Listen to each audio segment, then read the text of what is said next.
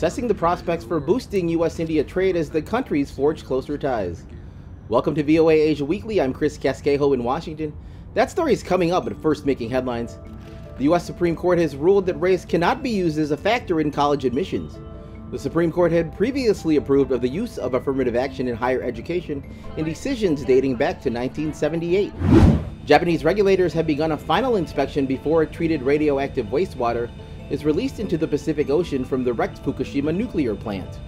The plan has faced fierce protests from local fishing groups in nearby countries over safety concerns. An exact date for the wastewater release is not set. Philippine authorities rescued more than 2,700 alleged human trafficking victims on Tuesday when they raided a commercial building in a Manila suburb as part of a crackdown on a cybercrime syndicate. The victims told police they were swindled into working for fraudulent gaming sites and carrying out scamming activities. North Korea held mass rallies Sunday in Pyongyang where people shouted slogans vowing a war of revenge to destroy the United States as the country marked the 73rd anniversary of the outbreak of the Korean War, state-run television reported. Cambodian authorities on Wednesday burned 5.7 tons of seized illegal drugs at a ceremony in the capital, Phnom Penh. The ceremonial burning of the seized drugs was done to mark International Day Against Drug Abuse and Illicit Trafficking, which was actually internationally observed on Monday. Authorities in Myanmar destroyed more than $446 million worth of seized illegal drugs to mark the International Anti-Drug Trafficking Day Monday. The drug burn came as UN experts warned of increases in the production of opium, heroin, and methamphetamine in Myanmar, with exports threatening to expand to markets in South and Southeast Asia. The United States is India's largest trading partner, with trade between the two countries currently around $191 billion in 2022. With the two forging a closer relationship, a look at the prospects for boosting U.S.-India trade.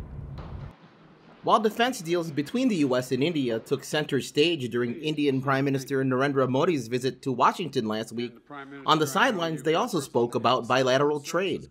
I've talked repeatedly about the need for both governments to be impatient about setting a goal of $500 billion in trade and investment between the United States and India. The U.S. Commerce Department says trade with China reached more than $690 billion in 2022. But with a China favoring deficit of $383 billion. U.S. Representative Ro Khanna from California says bilateral trade with India offers the U.S. a chance to have a more balanced relationship than the one with China.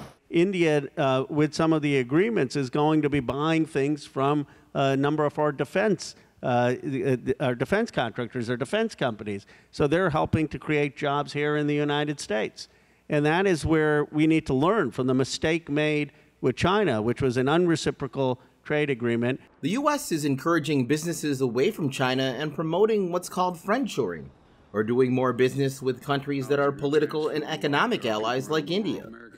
During Modi's Washington visit, India agreed to lift retaliatory tariffs placed on U.S. aluminum and steel imports, but the U.S. kept in place its tariffs on Indian aluminum and steel, which surprised some analysts like Inu Manik from the Council on Foreign Relations.